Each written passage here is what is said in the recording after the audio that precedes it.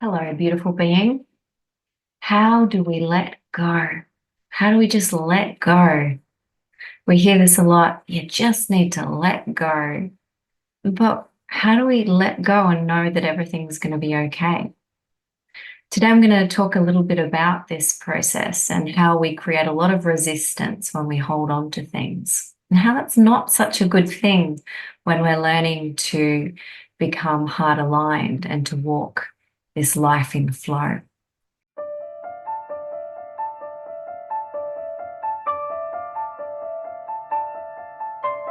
So, the first thing I'd like to share is self-reflection. It's very easy for us to get caught up in looking outside of ourselves at the things that are in our way and our preferences and our unhappiness with the status quo. And it's easy to get caught up in that fight, in pushing away and making a path that feels right amongst all the interferences that we deem are troublesome for us. So I want to encourage you to reflect. It's a good idea to stop and turn around and look at yourself, to pause and realize that you can't really make much change in your outside world if you don't really change the thing that's creating the reflection, and that's you. Our external world is a direct reflection of our internal world. So we first need to recognize our emotional state. If you remember, our entire reality is formed out of vibration, and our direct personal experience of life is a form of vibration that is a reflection of how we are thinking, the thoughts that we have running around in our mind all day. What are the thoughts that are in your programming? Can you recognize the vibrational frequency of these thoughts? Because 100% is going to be the vibrational frequency that is affecting your external reality and bringing things into your experience that you do not like, and you create resistance around. So it becomes harder to let go. So we need to understand this concept of raising our vibration. And yes, it's very cliche. We've all heard it before, but we don't get what we want. We get what we are vibrating. So it is important to look at our base programming. They've found the National Science Foundation did a research project and found that 80% of our thoughts are negative in nature. And therefore, the majority of people are walking around expressing negative thoughts, which have an associated vibration and are attracting a certain frequency into their experience. And like attracts like. So this is important. When we move into the understanding of letting go, we have to look at ourselves and reflect on the experience that we're creating with our thoughts. The second step of letting go is we need to identify these lower vibrations. We need to identify states such as anger, sadness, fear, or anxiety. These are the states that often we find are set in programs, and often they're covert programs, meaning we don't actually see them. We're not aware of them. They operate in the shadows. So when we have these programs that create thoughts that create these feelings of anger, sadness, guilt, frustration, shame, fear, these are going to create cycles or self-fulfilling prophecies. And like will continue to attract like into our lives, into our experiences. So we need to emphasize here that our state results from unconscious actions. So this is where shadow work becomes vital. We have to do the work.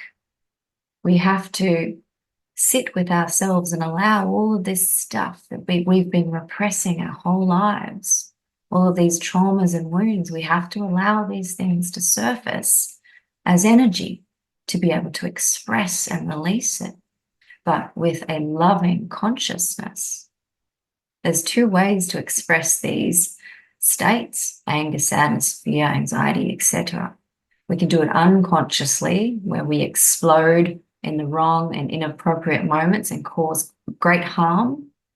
Or we can do it consciously, where we do it in a process of loving awareness, of non-judgmental validation and acknowledgement that these are just uncomfortable feelings that need to be felt and seen in order to be released. Now, the third step of learning to let go is awareness to the resistance and desire within ourselves. Resistance and desire both cause exponential or imbalanced amounts of importance or energy that we place on things. And that causes imbalance in other areas of our lives. This is not a good experience when we want to be able to feel that we can trust enough to let go. If we're creating these ripples or waves in our life because of resistance and desire, we're not going to feel that the space is calm enough to let go. So how do we look at the things in our life that is causing resistance? Well, we need to ask ourselves, what are some of the things in our present moment that I'm resisting?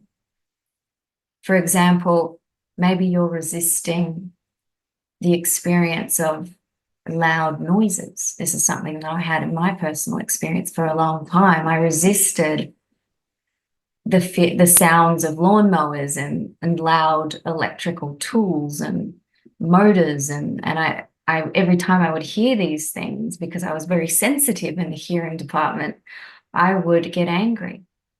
So it would pull me into a negative state of mind. And so I wasn't allowing myself to accept that these noises were part of the experience of being human. And they were a reflection of something unhealed within me that I was continuing to resist. So as we know, any external experience that is a repeated pattern in our lives that we do not want to experience tends to be something that we are reflecting from within that hasn't been healed. So we need to be aware of these things that we are resisting. And then we need to allow ourselves to experience them without fighting them, with acceptance. Because when we accept something outside of ourselves, we begin to heal and accept ourselves too, all the parts of ourselves that we deemed in the past were unwanted or bad. We learn to love every part of ourselves, and we are no longer in conflict, and therefore we are no longer fractured, and we are able to integrate every part of ourselves to become whole. And as a result of this wholeness, we create harmony again. So we also need to be aware of anything that we are desiring too much. Are we putting too much importance on things? For example, are you in the search for a new job or a new home? Are you putting too much importance on that? Because that can create also more resistance. Because when we focus on something we don't have, we generally focus on the gap, on the wanting, on the lack. And that creates that resistance. And that lack, that gap becomes wider. So we create a separation consciousness, which is the opposite of what we really want. We want to create unity. We want to bring that experience into our experience as one. So take stock of the things in your life that you are putting way too much importance on. Anything outside of yourself. And often it's the conventional things like career, money, mortgage, 2.5 children, these things that we're told will add value to our lives when not everybody sees them as important. We need to recognize that what we want to place the most importance on is that direct communication with our heart, to be able to hear the still small voice, the subtle messages that we need in order to take one step at a time in flow, in guidance, intuition, wisdom, and intelligence. We need to be in alignment with our heart. So, what are you placing too much importance on? It's important to be aware that resistance and desire are common factors that lower our vibration. So do a stock take on those. The fourth step I want to talk about is to practice. We need to practice letting go. It takes 21 days to build a new neural pathway or a new program or a new habit that becomes unconscious, that becomes pushed into the unconscious part of our mind where we don't have to cognitively go through every step of it in our conscious mind to be able to enact that new pattern. It becomes easy, it becomes mindless.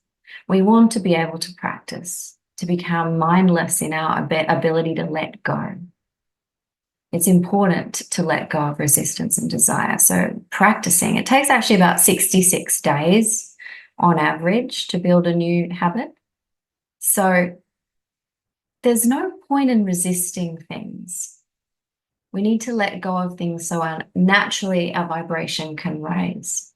So allow yourself to practice when you hear a loud noise, for example, or when your partner or a friend does that annoying thing that you get tired of and you trigger by, or when anything that triggers you, catch yourself, recognize that you've just been triggered and that there's something you're in resistance to. There's something within you that you haven't accepted. And it's being reflected in an outside pattern for you to see. And it will continue in this pattern until you see it, until you accept it within yourself with loving consciousness, so that it can integrate and become part of the whole. So it's no longer something that stands out in your perception and triggers you anymore. So practice this, and also practice the moments where you begin to desire something, where you become fixated on something. Practice letting go and remembering, I must not put importance on this any more than anything else. The fifth step is present moment awareness. We've heard this also many, many times, but what does it mean? Well, we need to remember that the past does not exist. In fact, it's the only remnants of the past are in our memory, but they don't exist here now as a tangible thing, our past events. The future is also just a fantasy. The future is an illusion because we can never reach tomorrow. Tomorrow never comes. So ultimately, becoming present is remembering that we can choose to spend time in the illusion of the past or the future, or we can choose to spend time right here, right now. And now, right here in this moment, is really where we can hear our heart's message the loudest, the most clear. We can hear the guidance from our internal GPS system, or GPS. We know when we are on the right track, when we just become still and we just allow our heart to speak to us. We can only raise our vibration higher and higher the more time we spend in present moment awareness. The sixth step here in letting go is shifting from desire to appreciation. This is really where we start to open our heart and experience gratitude and appreciation for what we have, You don't get what you want, you get what you are, what you're vibrating. If you appreciate what you have, this will help you move into more experiences of what you want that you already have, if that makes sense. So we want to move from needing something outside of ourselves to be happy to moving to look at our world and our direct experience here in the moment and see the things that are already making us happy. Appreciation is about finding fulfillment in the present moment. There are many things that you could be grateful for. I can guarantee that.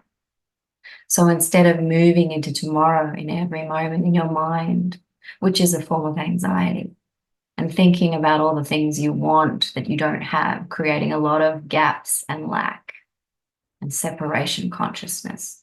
Come back to now and take stock of those things that are providing you with beauty and love in your life and delight and joy in your life right now. Because what you focus on grows, and this is important. So if you look at desire also as this sense of neediness, then when you move back into present moment and recognize that you are in gratitude instead of neediness, you bridge that gap of lack. And you find it actually easier to move into the intentions and visions you have for your life. So remembering neediness often repels the things that we desire, which create resistance again. So practice, practice, practice, not making anything more important than anything else. And focusing on gratitude, appreciation for what you have, knowing that appreciation and gratitude pull you into heart coherence. Now, you may know this, but heart coherence is where the mind and the heart start to sync up in the same wavelengths. And you create a coherent pattern that attracts full alignment with what the heart needs you to experience in this life, which will feel like ease and flow. It is truly grace. So the 8th step is surrender and co-creation. So this whole video really is about letting go and surrender. But what is surrender? Well, the concept of letting go is letting go of the mind. My motto in my coaching is master the mind, but live in the heart. We've been taught to live in our heads, and we've been taught to make our heads the master of our life experience, which is very, very limiting, severely limiting, in fact, because 95% of our thoughts are the same thoughts from the day before. And these thoughts are really just what has been programmed in from our limited exposure to certain information, and especially information that is limiting in its scope of understanding how things really work. And so we must let go of the mind's grip of control in our lives and allow our heart to speak for us. And this allows a higher or deeper intelligence to guide us. That's what we really want. And that is what stepping into flow means. So it's surrender that leads to co-creation with the universe. And this is what we mean when we talk about heart alignment, co-creation with the universe. This is where we dance with the flow of life in perfect harmony and synchronicity and serendipity. This creates deep fulfillment, but also joy and peace in our experience. So this is where we become a conscious participant of life. And that feels good. And we end up attracting more and more of that. So step 9 is we need to connect to universal consciousness.